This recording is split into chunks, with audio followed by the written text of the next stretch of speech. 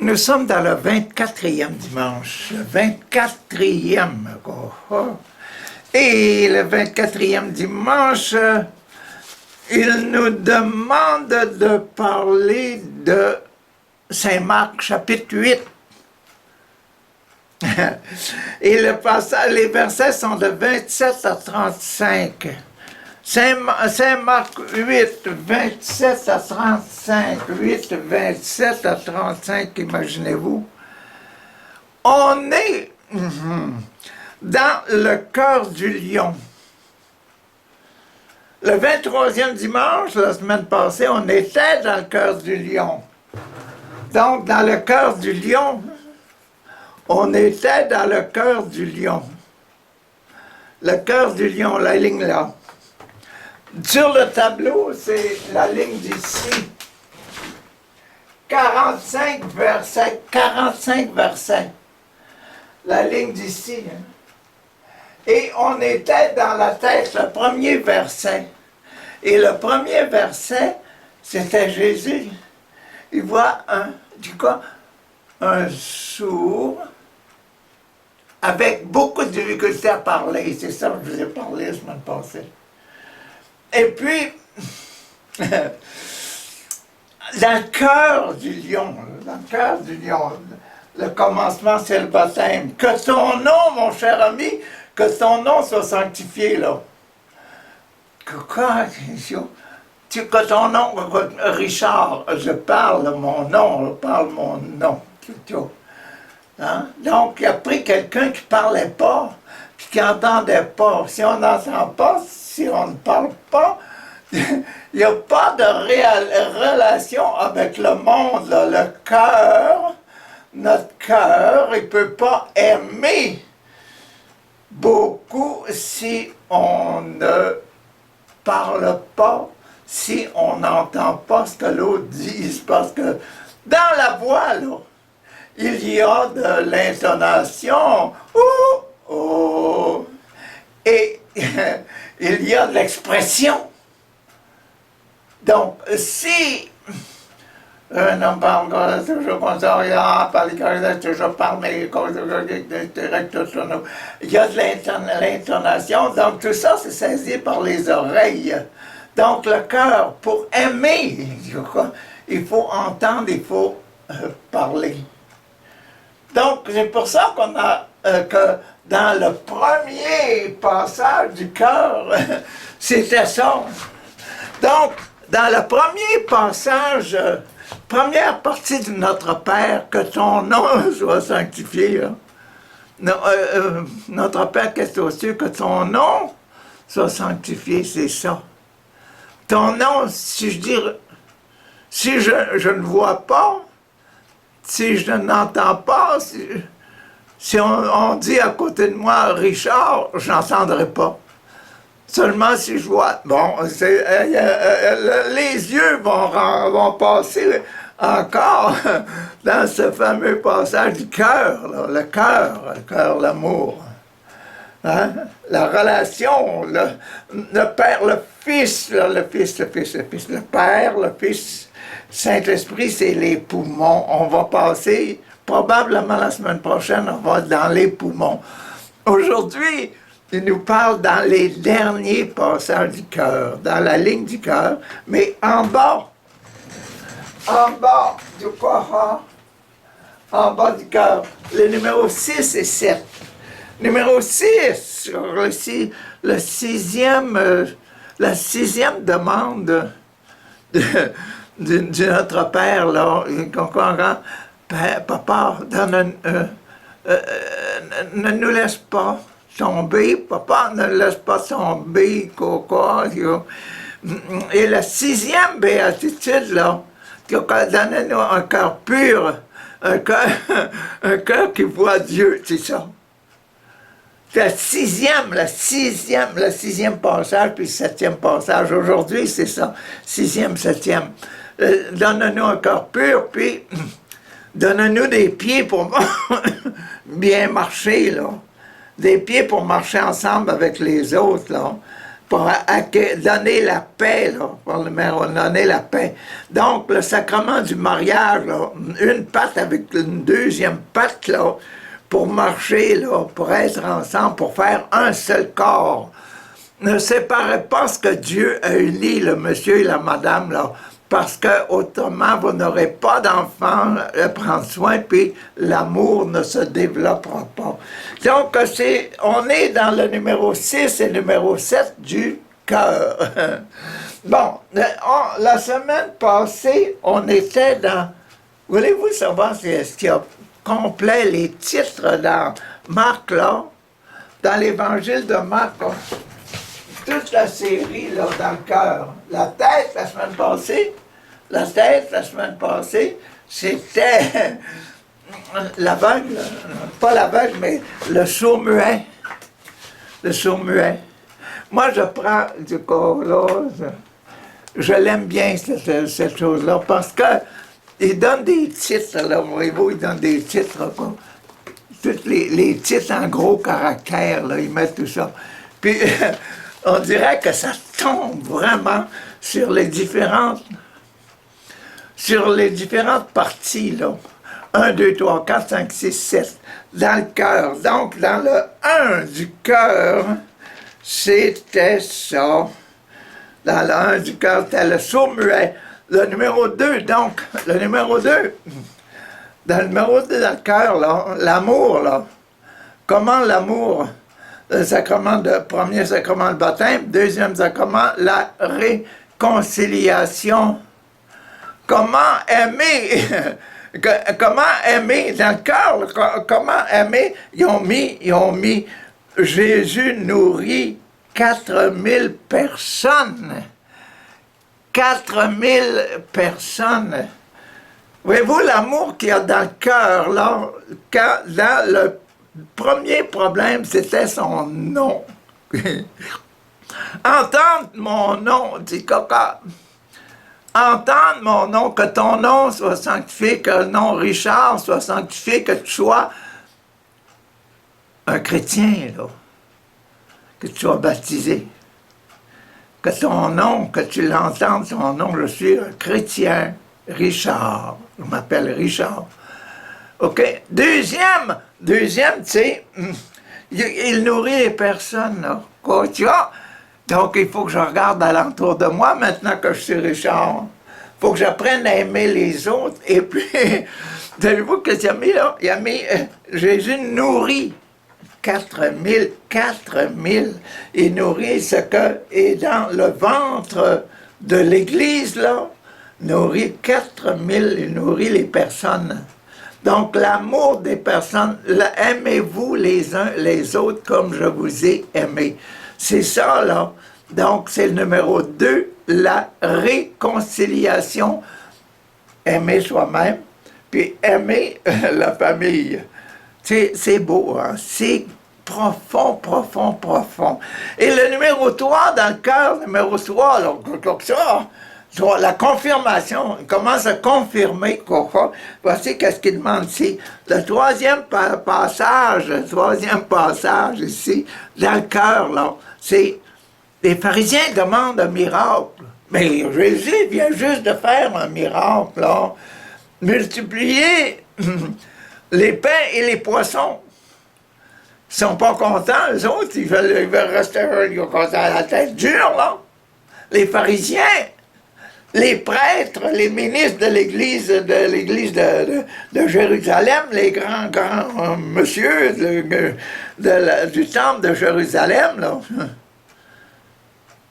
Donne-nous un miracle pour nous montrer que ce que tu fais, là, ça vient d'en haut, ça vient du Papa, notre Père qui est aux cieux.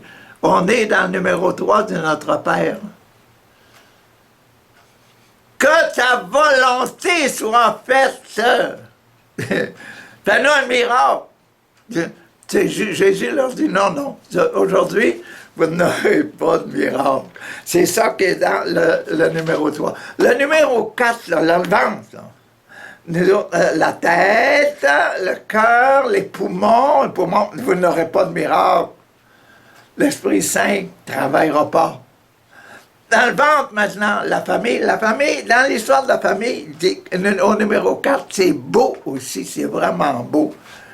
Tu as mis dans le cœur de Jésus, dans le cœur du lion, là, dans le cœur de notre lion. Qu'est-ce qu'il a mis là? Qu'est-ce qu'ils ont mis au numéro 4? Le levain des pharisiens et d'Hérode. Tiens, quoi? Le levain des pharisiens et d'Hérode. Tu sais qui fait lever Hérode, là? C'est sa renommée. La gloire, alors, l'orgueil, là. C'est qui fait quoi? Grandir les pharisiens. C'est le sermon au monde, là. C'est comment les autres, là, les pharisiens, comment ils observent la loi. Donc, leur levain, le levain des pharisiens, ça va être la loi. Ce qui est écrit, là. Les mots. Puis le levain d'Hérode, là, c'est sa parole aussi. Sa parole, ses ordres, comment il va gouverner.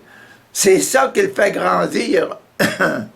Donc, Jésus parle de ça. Lui, Jésus, qu'est-ce qu'il va dire? Qu'est-ce que ça va être? Ça va être la parole de Dieu. L'Évangile, là. La Bible, là. La parole de l'Ancien Testament et du Nouveau Testament. Nos 72 livres qu'on a dans la Bible, là. Ça, c'est la parole de Dieu. La parole écrite, là. Mais la parole de Dieu qui est en moi, c'est quoi? C'est mes actions. Mes actions, quand elles sont faites, là, tiens, mes actions, quand elles sont faites comme celles de Jésus pur. Jésus n'a jamais commis un péché. Donc, tout ce que je fais de bon, tout ce que je fais de beau, tout ce que je fais de bon, c'est ça qui est écrit, c'est ça qui est la parole de Dieu, parce qu'elle ressemble à la parole puis les actions de Jésus. Donc, c'est ça. Donc, le numéro 4, c'est ça. Aujourd'hui, non, pas aujourd'hui. Le numéro 5, là, le numéro 5, là, numéro 4, donne-nous aujourd'hui notre pain quotidien. Numéro 5, pardonne-nous nos offenses, le sacrement de la miséricorde, là. Sacrement de la miséricorde. Question numéro 5, dans le cœur de Jésus. Hein? Le sacrement d'aimer les autres, là. Question numéro 5. Ben, ici, ils ont mis Jésus guérit un aveugle, là, au numéro 5, dans le cœur de Jésus. Hein? Sacrement de la miséricorde, aimer. Quelqu'un, il sait qu'il fait, il guérit un aveugle. Quoi de ça? Mais comment est-ce qu'il fait ça? Il prend l'aveugle par la main, encore comme il a fait pour le sourd-muet, là. Il l'a pris par la main, il dit, attends à côté, on va se parler ensemble. Puis là, pour l'aveugle, il fait la même chose, il prend par la main, il dit, viens ici, on va faire ça ensemble. Hein? Puis là, il met les mains sur les yeux, et quoi? Qu'est-ce que tu vois? Ah! Ben, je vois des hommes qui sont comme les arbres qui bougent. Les arbres qui se déplacent. Attends un peu là. Jésus met une deuxième fois la main sur les yeux. Qu'est-ce que tu vois? Voyez-vous là, nos prières pour aider les malades, pour guérir les malades, là. Hein? Jésus veut qu'on fasse ça aussi. Jésus qui veut qu'on prie pour les malades. Il veut qu'on prie pour ceux qui ont des difficultés. Il veut qu'on prie pour ceux qui manquent. Comme hier, il y avait quelqu'un qui m'a demandé, il dit, quoi, ma fille, là, hein, elle vient d'avoir son diplôme, là, mais on ne sait pas quoi faire. Elle ne sait pas comment trouver. Ben, j'ai dit, on va prier pour ça. Là. On a prié pour que la fille, pour que sa sagesse, là, puis son amour se développe. Pour que son intelligence, sa sagesse, ça, hein, quand ça se montre au monde, là, Ça, c'est découvert. Et puis son amour, les petits services, tous les petits services qu'elle peut rendre, là, toutes les petites choses qu'elle peut faire, là, que ça se développe aussi, que les gens aiment ça. Puis s'ils aiment ça, ils vont lui donner un job. Donc voilà, donc c'est les façons de prier pour ceux qui ont des difficultés. Ceux qui ont des difficultés, ils ont besoin de prière, que ce soit physique, dans la tête aussi, dans la connaissance, dans les sciences, là, et puis morale aussi, dans la vie, la façon de vivre, etc. Hein? Toutes sortes de situations. On peut donner seulement ce qu'on a, mais nous autres, on n'a rien. Donc, c'est l'Esprit Saint, c'est l'Esprit de Jésus qui va travailler. Donc, c'est ça qu'ils ont au numéro 5, une petite façon spéciale. Aimer, parce que le numéro 5, là, le sacrement de la miséricorde, là, le dernier sacrement de l'extrême, c'est l'extrême onction. C'est une action extrême, une action très forte pour purifier avant d'entrer au ciel. Là. Donc, c'est ça, c'est les actions. Comment faire des actions pour aider les autres? C'est ça, au numéro 5, la miséricorde, aimer la misère, un cœur pour la misère, pour les miséreux.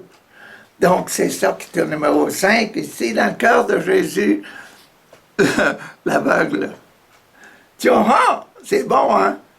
Un aveugle. C'est pour ça que je dis aux gens, des fois, qui sont en difficulté, je dis, toi, regarde bien ta difficulté en face, là, pour la connaître, parce que quand tu vas connaître ta difficulté, tu vas travailler pour l'enlever, pour la guérir, la difficulté, pour guérir la difficulté, je vous dis, pour guérir la difficulté. Ça, c'est vraiment une œuvre de miséricorde, c'est vraiment le sacrement de l'extrême action, extrême onction. Il faut le connaître, il faut l'aimer.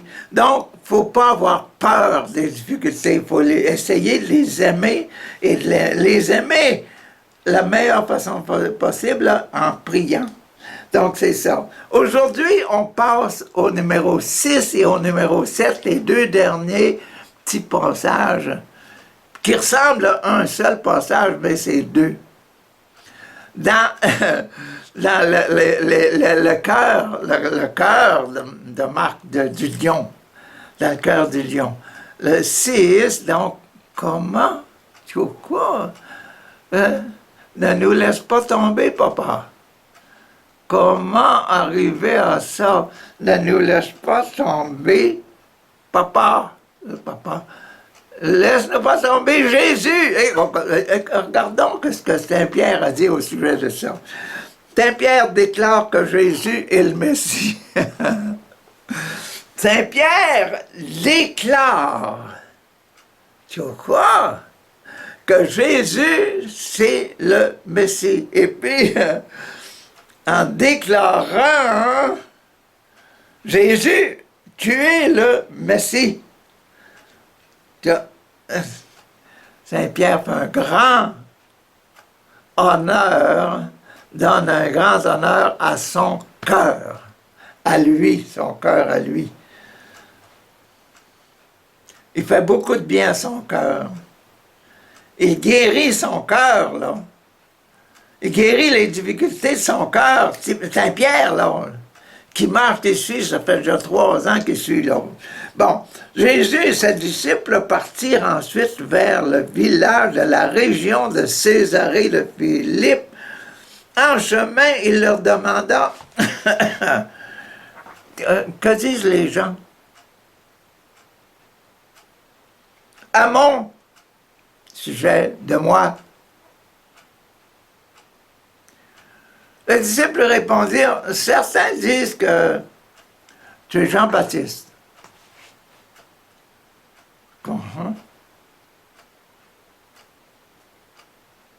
D'autres disent que tu es Élie. Uh-huh. Et d'autres encore que tu es un des prophètes. Oh! Que disent les autres? Mais encore, et vous, et vous, et vous, et vous, vous, leur demanda Jésus. Qui dites-vous que je suis? Ah, Pierre! Le voilà. Pierre, lui répondit au courant, toi là, tu es le Messie.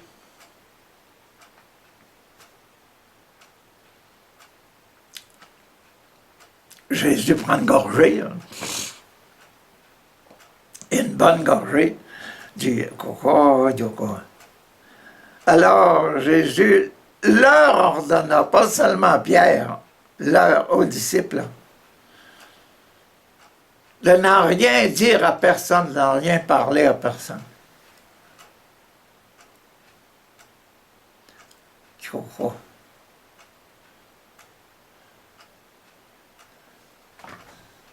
C'est bon, hein? C'est ça qu'est le numéro 6, là. Là, on rentre dans le numéro 7 maintenant. Numéro 7, là. Numéro 7, là. On est rendu à cette histoire-là, numéro 7. Pourquoi que ce fameux Jésus, là, il est venu sur la terre? Il est venu pour ça.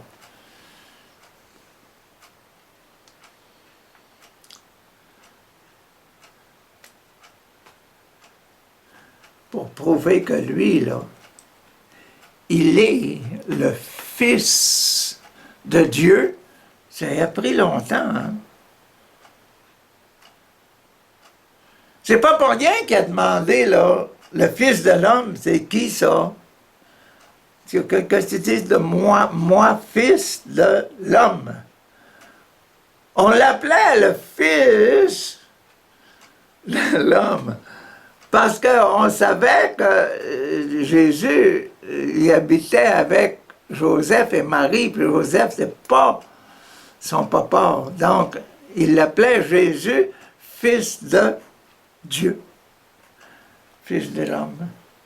L'homme-Dieu. Jésus, l'homme-Dieu. Torah, dites-le à personne, là. Dit Jésus. Dites-le à personne. Dites-le à personne. Là, on rentre là, dans la partie numéro 7, dans la partie du sacrement. C'est numéro 7, c'est le sacrement de mariage, ça.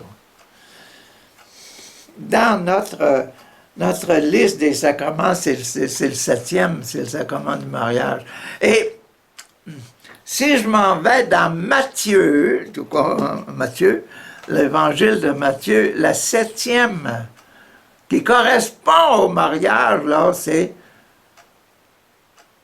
bienheureux les artisans de paix.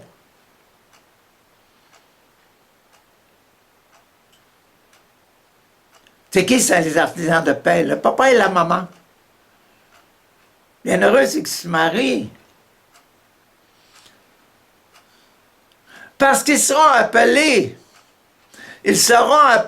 fils de Dieu. Ils sont appelés à donner des fils de Dieu. Ils vont s'appeler eux autres enfants de Dieu. Children of God. Les enfants de Dieu. Donc, les enfants de leurs enfants et de leurs enfants et leurs enfants et de leurs enfants et de leurs enfants seront des enfants de Dieu pour ça. Ils ont besoin d'une consécration et cette consécration-là, Abraham, lui, quand il s'est aperçu que le monde s'en allait dans la mauvaise direction, il a dit, moi là, Yahvé, je vais t'aller, on va redevenir tes enfants. Il a fait la famille de Yahvé. Les Israélites, la nation de Dieu, la nation juive, la nation de Dieu. Et Abraham a eu son fils Ismaël, et il a eu son fils Isaac. Tu comprends? Et le fils Isaac, l'enfant de sa vraie épouse, là, c'est lui qui a, sur lequel on étudie notre religion. Mais Ismaël, lui, le fils de la femme libre, là, la femme libérée par Abraham pour s'en aller, là, Ismaël, il a toujours aimé son papa, et puis il garde toujours le baptême, là, la circoncision que Abraham a donnée aux enfants de Dieu. Quand les Ismaélites,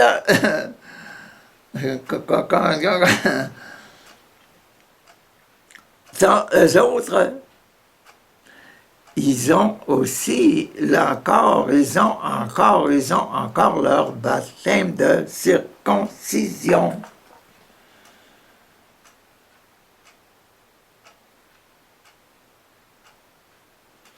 Les Ismaélites, ils ont encore la circoncision.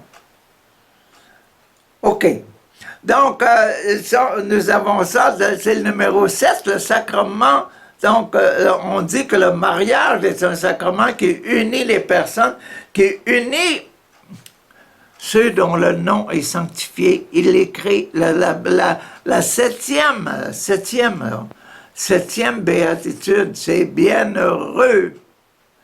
Ces artisans de paix qui sont le papa et la maman, parce qu'ils donnent des enfants à Dieu. Voyez-vous? Donc, c'est ça, c'est fort, c'est très fort, très intéressant pour le passage d'aujourd'hui qui dit ça, là. Donc, ensuite, Jésus se mit à enseigner les disciples après que Pierre a dit, là, toi, t'es le Messie. Jésus dit, fermez vos voiles. Laissez pas ça savoir avant ma résurrection. C'est ça qu'il voulait dire, là. Ne dites pas à personne. Jésus se mit à enseigner à ses disciples en disant, il faut que le Fils de l'homme meure, là. Le Fils de l'homme, il faut que moi, le Fils de Dieu, Papa Yahvé, pas le fils de Joseph, le fils de Papa, le Papa Dieu, il faut qu'il meure. Il faut que le Fils de l'homme souffre beaucoup. Des anciens, les chefs des prêtres, les maîtres de la loi le rejetteront. Il sera mis à mort et après 3 jours, après 3 jours, il reviendra à la vie. Ça, c'est une prophétie, hein? Jésus savait ce qui allait lui arriver. Il leur disait cela très clairement.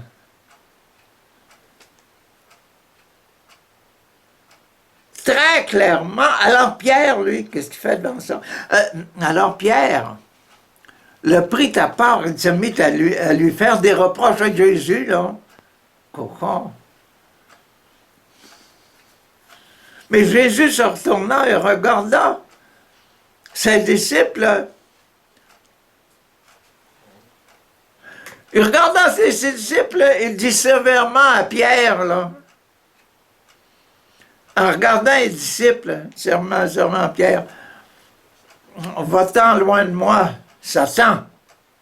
Tu dis quoi? Car tu ne penses pas comme Dieu, tu ne penses pas comme moi, mais tu penses comme les hommes, là. Les hommes voudraient que je vive toujours et que je les sauve. Mais tu ne penses pas comme Dieu. Dieu, c'est pas comme ça, là. Tu sais quoi? Il dit, Dieu, il veut que je meure. Il veut que je sois persécuté. C'est pour ça qu'il faut se poser des questions au sujet de Judas. Hein. Tu vois, il est dans le programme, lui, là. Il est dans le programme. Il devait être là. Puis Jésus, appelant la foule, ses disciples, il leur dit, Coca. Jésus, donc, il dit, Pierre, votre temps, c'est un petit démon, là, tu parles comme un démon. Tu réfléchis pas comme mon papa. Alors, Jésus fait venir toute la foule. Et il leur dit quoi? Écoutez, si quelqu'un veut venir avec moi, qu'il cesse de penser à lui-même, qu'il porte sa croix, qu'il me suive. Qu'il cesse de se regarder le nombril, qu'il porte sa croix, qu'il me suive. Encore, c'est bon. Si quelqu'un veut venir après moi, si quelqu'un veut me suivre, là, puis c'est pas longtemps avant sa mort, ça. Même si dans Marc, on est seulement au chapitre 8, chapitre 9, là. Si on est seulement dans le cœur du lion, le cœur, ce que Jésus veut, il veut prendre sa croix.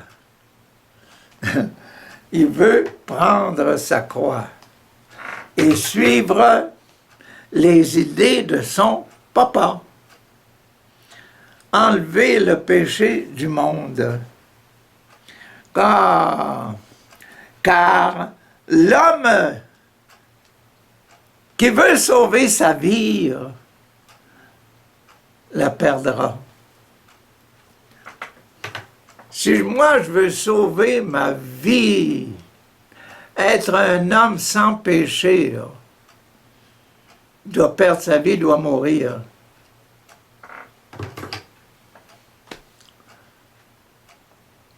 C'est pour ça que moi j'ai beaucoup de doutes là, quand on dit le pauvre lui, il s'est suicidé là, parce qu'il était... Moi j'ai beaucoup de doutes là-dessus. Nous autres on dit qu'il a fait un péché grave, mais peut-être que lui il a fait un acte d'amour parfait. Mais il y a seulement le bon Dieu qui va... On ne faut pas juger ceux qui se donnent la mort. Il ne faut pas les juger avant le temps. C'est Dieu. Laissez Dieu juger chacun.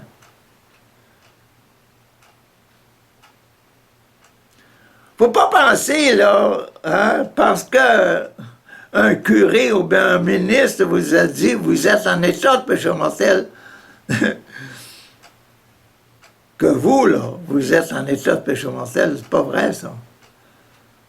Vous êtes en état de péché mortel seulement si vous le voulez. Vous êtes contre Dieu, contre l'Esprit Saint, contre le fait d'aimer tout le monde et puis de les rendre saints, de les rendre purs, leur faire du bien et du bien et du bien. Ça, c'est seulement vous et Dieu.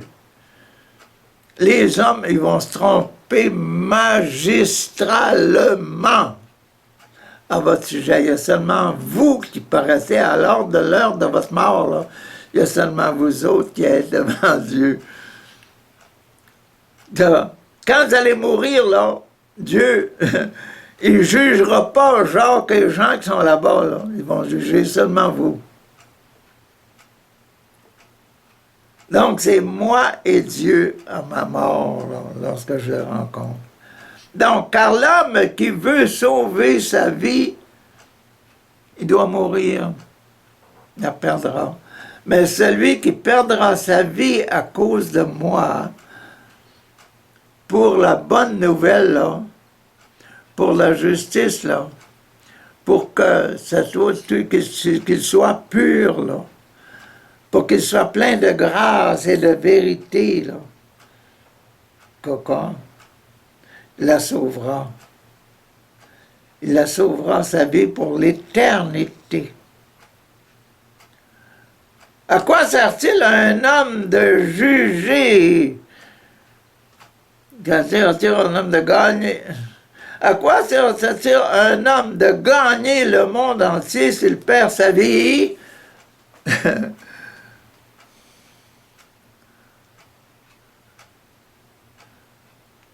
À quoi, s'il perd sa vie, là, pourquoi essayer de gagner la vie, essayer de gagner tout, là? Essayer d'avoir un beau château, puis avoir un beau Cadillac, puis avoir un avion pour voyager, etc. Pourquoi? Non, c'est pas ça. Donc, il reste là, le passage d'aujourd'hui, mais il reste encore le numéro 100. Y a-t-il quelque chose qu'un homme puisse donner pour acheter sa vie? Non, il n'y a rien. Il n'y a rien. Si donc un homme a honte de moi et de mes paroles au milieu des gens d'aujourd'hui qui sont infidèles à Dieu et font le mal, là, alors le Fils de l'homme aussi aura honte de lui quand il viendra dans la gloire de son Père et avec les anges, avec la communauté internationale du ciel, la communauté éternelle. C'était ça le passage aujourd'hui. Mais vous voyez comme il est rattaché à toutes les autres. C'est dans le cœur, puis on est dans le sacrement de la fidélité. Donner sa vie, là, comme Jésus dit, porter sa croix. Porter sa croix, ça, il est dessus, là. Il la porte en bon hyène, là, il est dessus. Il meurt dessus, là. Ça, c'est un mariage avec la mission. Un mariage avec la mission. Donc, le sacrement du mariage, tel que compris par l'Église, là, seulement un geste, une bénédiction pour unir deux personnes ensemble. Là. C'est le mariage.